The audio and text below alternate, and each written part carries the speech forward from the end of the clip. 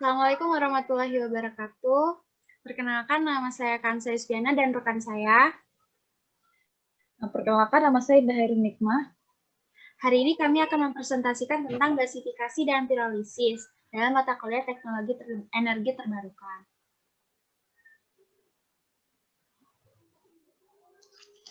Adapun outline yang akan kami jelaskan pada presentasi kali ini itu yang pertama tentang gasifikasi mengenai definisi, proses kerja, produk, kelebihan dan kekurangan, cost dan environmental effect, dan contoh pengaplikasian. Yang kedua, pirolisis dengan definisi, proses kerja, produk, kelebihan dan kekurangan, cost dan environmental effect, dan yang terakhir contoh pengaplikasian. Adapun gasifikasi dengan definisinya yaitu suatu proses perubahan material organik secara termokimia berlangsung dengan udara atau oksigen yang lebih sedikit dibandingkan proses pembakaran.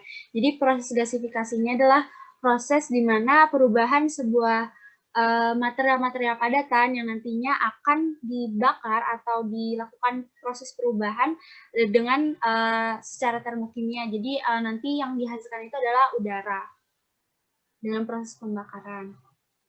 Dan ini adalah contoh dari proses kerja gasifikasi, yaitu di mana biomasa atau batu bara sebagai contohnya itu nanti dimasukkan ke dalam sebuah pengeringan yang nanti hasilnya adalah uap air. Dan itu dalam pengeringan ini digunakan panas yaitu sebagai dryernya, lalu nanti dari bahan kering yang sudah dihasilkan dari proses pemanasan tersebut dilakukan, maka terjadi ada proses pirolisis, di mana di sini ada bahan C ditambah H2O, ditambah tar, ditambah CH4, dan lain-lain, yaitu dengan suhu 250 sampai 500 derajat Celcius. Lalu setelah itu, dari proses pirolisis akan terjadi arang. Hasilnya itu berupa arang yang nantinya akan mengoksidasi dan juga mereduksi, di mana dioksidasi sendiri dengan temperatur suhu sampai dengan 1200 mikro Celcius, dan juga reduksi yaitu dengan panas dengan gas hasil yaitu gas produsen dan juga tar. Jadi ini contoh dari biomasanya. Biomasa di sini ada drying, pyrolysis, di situ juga nanti dibantu dengan air, lalu ada combustion. Nah, dari mana di situ nanti akan dihasilkan padatan dan juga gasification atau gas yang dikeluarkan dari proses gasifikasi itu sendiri. Produk gasifikasi itu ada bermacam, yaitu ada hidrogen, H2, CO, lalu ada karbon dioksida, dan juga CH4. Kelebihan dari gasifikasi apa sih? Kelebihan dari gasifikasi itu bisa dijadikan menjadi sumber energi pembangkit listrik. Dan juga bisa mengurangi banyaknya sampah padatan, dan juga menghasilkan produk sampah yang awalnya tidak bernilai menjadi produk yang bernilai. Contohnya seperti biomas, biogas, dan juga kompos atau bahan bakar.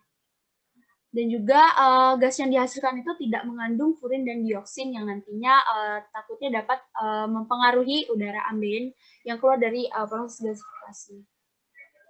Kekurangan gasifikasi sendiri memerlukan peralatan yang skala besar. Jadi kalau misalkan gasifikasi prosesnya atau alatnya itu tidak sempurna, maka gasifikasi tersebut juga tidak akan berjalan dengan baik. Dan juga dalam proses gasifikasi akan mengalami energi yang hilang. Lalu ada juga produk harus diolah kembali sebelum dapat dipakai.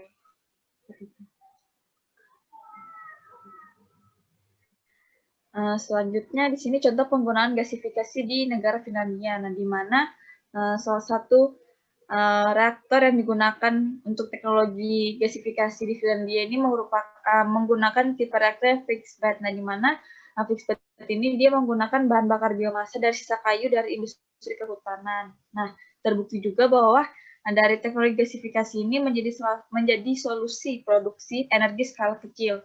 Nah, produk yang dihasilkan ini dialirkan ke pembangkit listrik untuk menyediakan listrik. Nah, yang pertama di sini tadi dari sisa kayu yang dihasilkan dari industri kehutanan itu diolah melalui teknologi gasifikasi. Nah, setelah nanti dari teknologi gasifikasi ini menghasilkan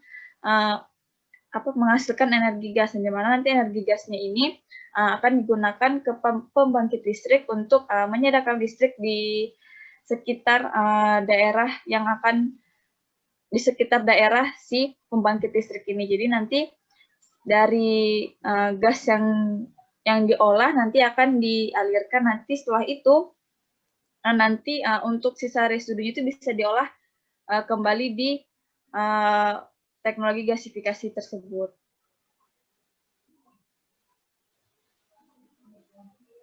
Nah, selanjutnya ada pirolisis.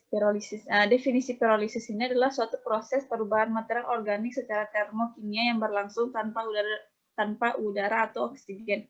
Nah, di sini perbedaan gasifikasi dan pirolisis, yaitu gasifikasi dia merubah material organiknya dengan membutuhkan sedikit oksigen atau udara di dalam suatu prosesnya. Nah, sedangkan pirolisis ini dalam prosesnya tidak menggunakan udara atau oksigen sama sekali.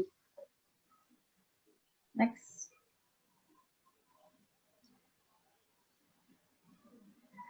Nah, selanjutnya di sini ada proses kerja pirolisis. Di sini saya mengambil contoh sistem pirolisis yang sangat sederhana dan skala kecil, di mana nanti skema pirolisis ini yang pertama bahan biomasa itu nanti dimasukkan ke dalam reaktor. Di dalam reaktor ini dilakukan proses pembakaran dengan suhu tertentu. Biasanya suhunya mencapai 100 derajat Celcius sampai dengan 500 derajat Celcius. Nanti setelah itu, dari proses pembakaran ini menghasilkan gas dan uap air. Nanti uap airnya itu akan dialirkan melalui kondensor, di mana di kondensor ini akan ditampung untuk untuk hasil penguapan itu kan berbentuk cair, nanti ditampung. Setelah itu nanti untuk gasnya akan digunakan kembali melalui si bak pendingin ini. Jadi nanti si kondensor ini dia mengalirkan si gasnya menuju bak pendingin dan hasil cairnya akan ditampung. Nah, dari sini didapatkan dua produk yang dihasilkan, yaitu gas dan bahan cair yang bisa digunakan sebagai bahan bakar. Selanjutnya.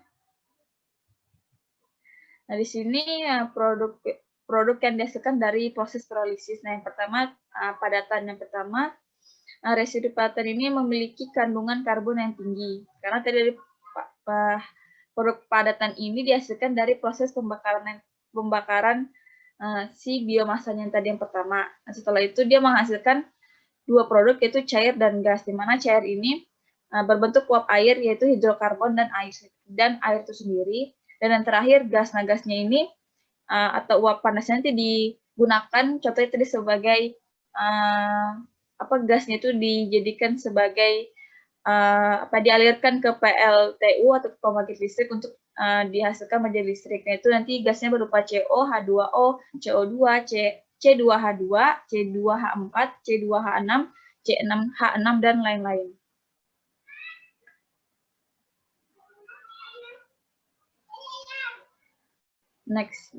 Selanjutnya yaitu kelebihan dan kekurangan pirolisis. Yang pertama, kelebihannya. Kelebihannya ini mengurangi jumlah timbunan sampah plastik, di mana kebanyakan studi kasus untuk proses pirolisis ini menggunakan sampah plastik.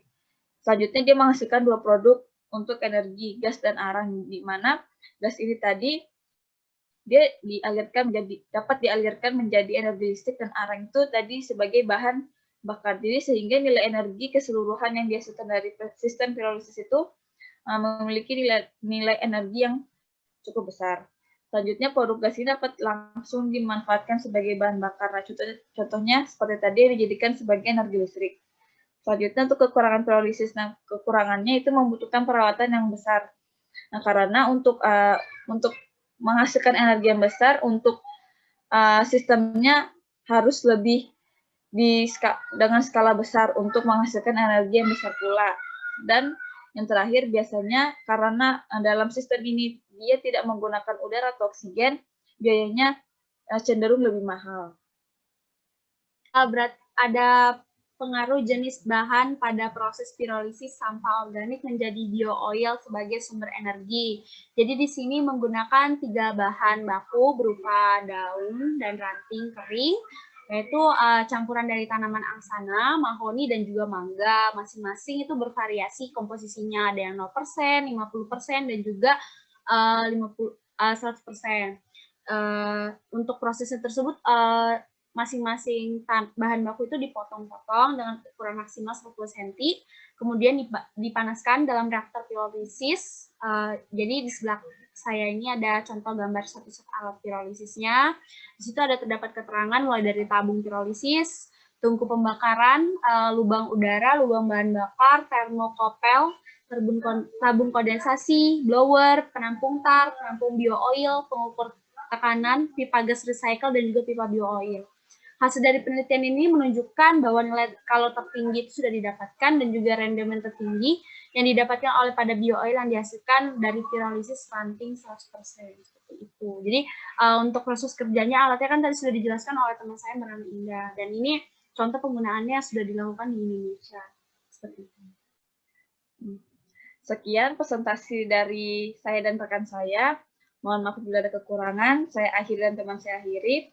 Assalamualaikum warahmatullahi wabarakatuh.